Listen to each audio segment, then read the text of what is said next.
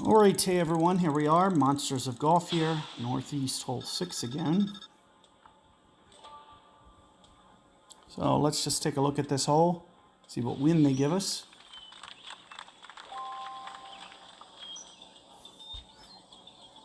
Alright, wind in the face. And again, I kind of mentioned this on the last one. One of the things you'll see is I try to extend this and crank up my backspin.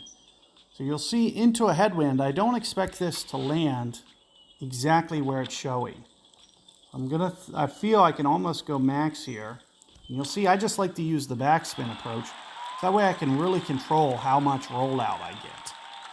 Because I just like to really hit a stop shot, because what you'll see is this fairway is kind of a downslope, and sometimes guys do roll into that rough. So you can see the way that I play it kind of alleviates that altogether. Nothing that you have to worry about. Here you can see we're towards max club. One of the things I try to do is I try to put this guide right onto the hole, especially into a headwind. It's going to collapse down a little bit.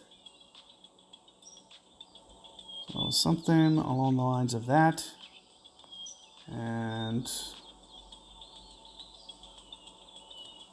at least 5 rings. I play 1.4 towards max. So that's 5 rings. Maybe just a hair more. 5.5 here. For 7.5. I'm trying to get fairly aggressive with this one. Potentially could even hole it. So it's just coming up short, unfortunately. And it probably has to go moving that off the green to lower ground. It just doesn't land as far as the ball guide originally shows you. So you'll land just a little bit shorter. And especially into the headwind there, you'll see that the ball guide collapsing down on top of that. But you can see a very good chance to get aggressive, especially with those Bigfoot 9s where I have that extended range. So you'll see the larger Bigfoot that you get, 8, 9 is where it starts to really get to be a really good club. And you don't have to worry about gaps quite as much, which is nice.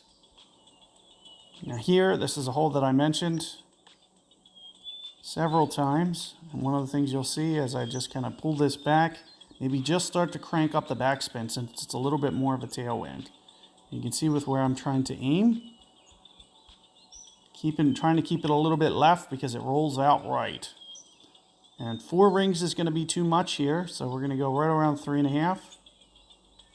I'll just be very precise with that ring. And again, missing a little bit to the left is okay, because it is going to roll out to the right. So I'd rather stay up high on the hill as opposed to letting it drop back down. So here you'll see I try to overplay my rings just so I can kind of feed it into the hole and keep it on the high ground. It helps keep it within a yard every time.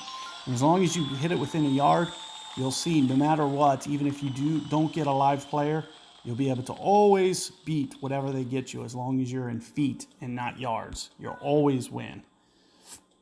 So that is something to keep in mind. Let me just gem this one, get this one out of the way. I'm going to probably just go until I do this pin bag. So you can see I have another 4 more to go.